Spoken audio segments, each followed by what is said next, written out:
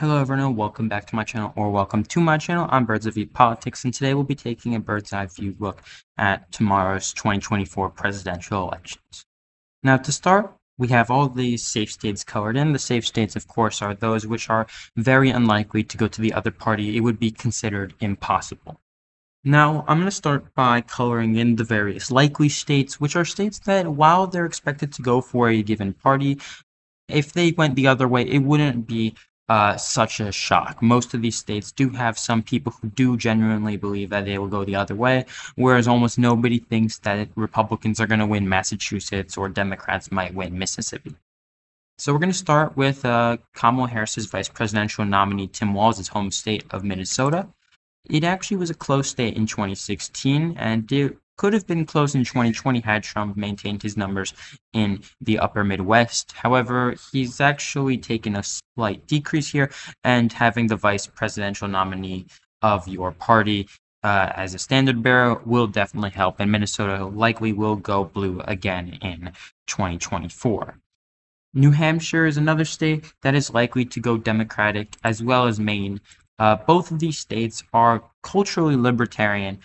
They're more moderate on economic values, but they're generally left-wing on social values, although they do believe in gun rights. New Hampshire especially is known for being very, very pro-gun rights at large. However, both of these states likely will go Democratic again. Another state that is going to go Democratic is Virginia. Virginia would likely be Democratic in any normal cycle. It would probably be safe. However, because of the state politics, with Glenn Youngkin, a Republican, being the governor, and Republicans having done quite well in the state legislature elections, one would expect Virginia to actually be a little bit closer than it would have perhaps in 2020. So that's why it's likely here. And rounding out the likely states for Democrats, or in this case likely districts, we have Nebraska's 2nd District. Nebraska's 2nd is centered around the city of Omaha, but it also has some suburbs in the outlying areas. And between these, it has shifted very much towards the Democrats, especially since Biden won it in 2020. And Trump has only spent $100,000 here, or his campaign, I should say. So even the Republicans would probably expect Nebraska's 2nd to go for the Democrats, even if it was at the start of the campaign thought to be a toss-up. Now, moving over to the Republicans, there's actually quite a few likely Republican states. We'll start with Alaska, which is a little bit more of a conservative libertarian bend. It does have quite a sizable number of voters who support incumbent Senator Lisa Murkowski, who is one of those more socially moderate, economically center-right or right-wing senators in the chamber, and Alaska as a whole has kind of slowly been trending towards the Democrats. It recently elected Mary Peltola as Democratic representative when it had not had a Democratic representative in a very, very long time. But Alaska, of course, it's still a red state. It's still going to vote for Trump, although there is a slight chance that the Democrats could pick it off in a landslide victory. Moving over now towards the south, we have Texas and Florida. Now, Texas and Florida actually both have things that would, on paper, look good for Democrats. They have large minority populations, in this case Hispanics, as well as sizable, albeit smaller, African-American populations.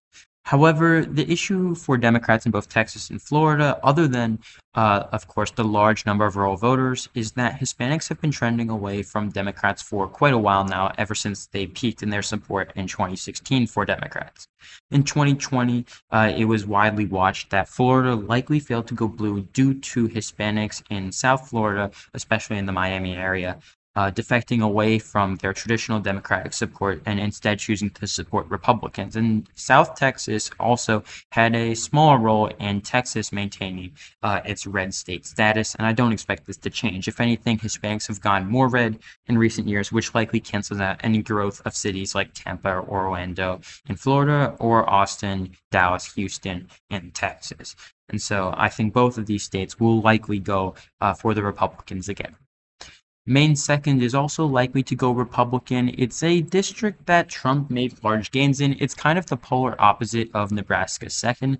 In Nebraska's 2nd, it's a smaller city with some suburbs around it, and that's the entirety of the district, basically. In Maine, it's kind of the reverse. It's nearly all rural, and like many rural areas throughout the North that had previously voted for Democrats as recently as 2012, Maine's second trended strongly towards Trump in 2016. It maintained that way in 2020, and it will probably continue to be that way in 2024. Now, moving over to the Midwest, there's the state of Ohio. Ohio is likely to be Republican again. There are a few polls that have said that it might be within touching distance for Kamala Harris, but generally all polls have agreed that Trump is definitely the favorite here, and probably by a pretty decent margin. Obama won it last for the Democrats in 2012, and the last statewide win was in the blue wave year of 2018, when incumbent Senator Sherrod Brown will run for it again this time around in 2024, which will be in another video, but I would expect Ohio to go red again. Moving over to Iowa, this is a state that I would have put as solid as recently as a week ago. However, with the Seltzer poll saying that Kamala Harris apparently has a 3% lead, I'll move it to likely instead. Iowa is still a red state, at least at the federal level, and also at the state level. It has a Republican governor, 2 Republican senators, a Republican legislature. I could go on. Iowa also is the demographic that almost aligns perfectly with what Trump has made large gains with. It's white, heavily, very, very white in comparison even to states like West Virginia, and it's also very working class. It's not exactly a wealthy state. It doesn't have any major cities like Illinois has Chicago or Pennsylvania has Philadelphia. Iowa's largest cities are not actually that large, especially in comparison to the rest of its population. Iowa is also a farming state, and like many farming states such as Kansas, it has a lot of Republican voters who have trended strongly towards Donald Trump in recent years, and I would expect Iowa to go red once again. Now we're going to move towards the lean states. Lean states are states where it's actually highly likely that the other party could win them, but they are slightly favored in one direction. And we'll be starting with the Democrats here with the state of Michigan.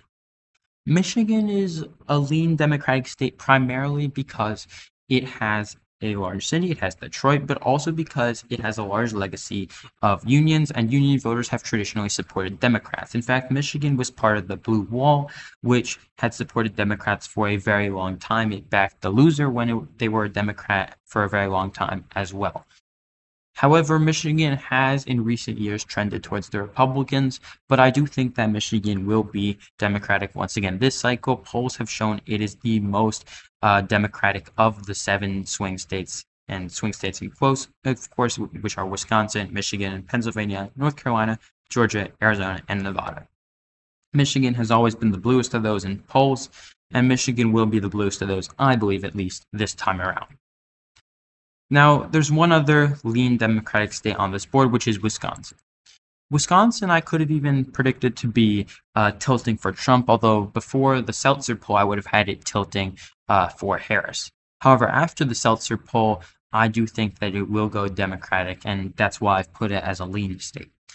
Iowa and Wisconsin have a lot of similarities. They're both heavy agricultural states. Wisconsin, of course, has the Packers, who are the cheeseheads, because they are exactly that. They have a lot of dairy farmers in their state. And these farmers trended strongly for Trump, which is why Trump was able to win the state in 2016. However, the Seltzer poll is even remotely accurate, and I think that it might show some slight changes among the white working class in favor of Kamala, not to the extent that she'll win that block of voters, but more so that she'll make gains with them relative to what Biden had. I do think that that means that Wisconsin is probably a lean blue state here. Moving over to the Republicans now, I think there are at least 3 lean red states, starting with North Carolina. Now, North Carolina is the only one of those 7 swing states that went for Trump last time, and North Carolina has seen a lot of gains for Democrats. They're likely to hold that governor's race by a large margin after the Republican candidate Mark Robinson had said some very, very outlandish things on a variety of networks as well as other websites that had gotten him in a lot of trouble. And the Democrats kind of seized on this. They tried to tie Robinson to Trump. And while some polls, including the New York Times recently, said that Kamala Harris is actually leading in North Carolina, I tend to think that it's unlikely that Kamala Harris will do better than Biden did in North Carolina. And so for that reason, I have it as a lean red state. Moving on, there's the state of Georgia. Georgia is the closest state from the 2020 election cycle, and it's likely to be a very close state again. However, I do think that Trump has made some notable ground. Republicans also did very well in the 2022 midterms in Georgia, and I would probably think that the large black population in Georgia would be less favorable towards Kamala than it was towards Biden, and that is a crucial voting bloc for Democrats. Unlike in Pennsylvania, Michigan, or Wisconsin, Georgia doesn't really have as many of those white, social, liberal suburbanites, at least in the sense that they're willing to vote Democratic. Georgia does have growing suburbs. That's the reason it's become competitive at all. But I don't think that those suburbanites are ready to carry the state as they do in Pennsylvania, as they do in Michigan, as they do in Wisconsin. And for that reason, I do think that Georgia will go red again. Lastly, I'm moving to Arizona. Arizona is actually what the New York Times said was the reddest of those 7 states. And I do think that there is some potential for Arizona to be the reddest. Arizona is known for split ticket voting and for kind of choosing mavericks. Of course, it had John McCain as its senator. It's very likely going to have a Democratic senator replacing the current independent, Kyrsten Sinema, in office, which would give it 2 Democratic senators. But I do think Trump is the favorite here. He's won most of the polls in Arizona, some of them by a good bit, as much as 5%. And I do think that Arizona will probably go towards the Republicans, although, of course, like Georgia, like North Carolina, Kamala Harris winning it would not surprise me. Now, for the last 2 states, Nevada and Pennsylvania. You'll notice that Nevada actually at this point doesn't truly matter for who's going to win the election if all the other states pan out exactly as had. If we give it to the Republicans, they end up with 268, which is too short of the 270 electoral votes they need. And of course, if the Democrats win and lost Pennsylvania, they would only have 257 electoral votes. So Nevada doesn't truly matter as much. But for the purposes of this, just in case a state goes wrong here or there, of course, I'm going to make a prediction. That's what this video is. And I do think that the Republicans are going to, by the slimmest of margins, probably eke out a win in Nevada. I say this because there's been a ton of data now saying that Hispanics have trended away from Democrats and towards Republicans, and Nevada has a very large Hispanic population, one that powered Hillary Clinton to victory when she lost the other 7 of those swing states: Arizona, Georgia, North Carolina, Pennsylvania, Michigan, and Wisconsin. And she did actually manage to win Nevada. Nevada also trended red in 2020 relative to how it went in 2016, which would indicate that Hispanics were already starting to defect as recently as then. We knew it impacted Florida and Texas and kept those states red, and it probably is going to finally turn Nevada red after many close attempts over the last decade for Republicans at the federal level. They have, though, won the governor's race more recently, and they're probably going to do quite well in the Senate race, although I still have the incumbent Democratic senator as the favorite. This means that the election comes down to Pennsylvania, which is my home state. So I'll give you a little bit of a background of sorts. Pennsylvania has a lot of different areas of the state that are going to be very crucial. You've got Philadelphia, that's where a lot of the minority turnout is going to be. You've got the southeastern suburbs, known as the collar counties around it, and those collar counties are generally working class, but they've generally trended as well towards the Democrats due to their high education, and educated areas have been known to trend towards Democrats since Trump has entered as the major player on the American political scene. However, to counter this, of course, in Pennsylvania is the Southwest and the Northeast. These 2 areas both traditionally voted for Democrats in opposition to the rest of the state. However, Trump's made major gains with white working class voters. He actually won the Southwest of the state quite handily last time in the areas outside of Pittsburgh. And in the Northeast of the state, it was probably only held together by Joe Biden, being from Scranton, of course, being in the Northeast of the state. So with all that in mind, looking at all the polls currently, if we go towards the national polling, it has Harris up by 0.9, which is just not enough on 538, which has traditionally leaned slightly towards the Democrats. If we look at Pennsylvania, it's 0.1. It's by far the closest state. Every single poll pretty much has it between 1 or 2 points, all within the margin of error. So with all this in mind, with complete guessing almost here, I do think that Trump is probably going to pull out Pennsylvania by the slimmest of margins, maybe even as close as 0.1%. However, there's only one issue with Pennsylvania, which is that it actually doesn't count its mail-in ballots until the polls close. This means that while in some states such as Florida, Ohio, or even states like New York, blue or red states, they count their mail-in ballots beforehand, which means that they will likely be done. Most of the counting will know who's going to win.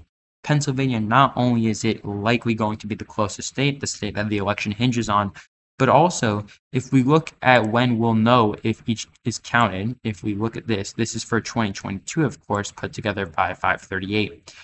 Even by midnight, Pennsylvania still was not fully counted. And if it comes down to those last, 1,000, 10,000, 100,000 ballots, we're going to be waiting a very long time, and we'll actually be going to bed and waking up in the morning, and we still won't know, even at this point. See, the bar is not filled up. It's not like Florida. It's not like Rhode Island. It's not like Michigan, Ohio. These states, they count their ballots much faster than Pennsylvania. Pennsylvania, it took a very long time last time. It won't take as long this time, but it might take at least another day, 2 days, or 3 days. Another thing to know with regards to Pennsylvania is that many of the smaller counties, which tend to be rural and support Trump, will count their ballots potentially by the end of the night. If you notice here, most of the counting is actually done by around 1 a.m., which is when many of these red counties, which have lower populations, have already declared all of their ballots. However, counting in major cities, major counties such as Allegheny, the home of Pittsburgh, or of course Philadelphia County, which is the home of Philadelphia, those counties tend to take a lot longer and they tend to have a lot more Democrats. So we could see a red mirage. However, we might also see a blue mirage in some states. States like Florida, states like Georgia, they actually looked a little bit bluer in 2022 before that trend eventually went away as the night went on.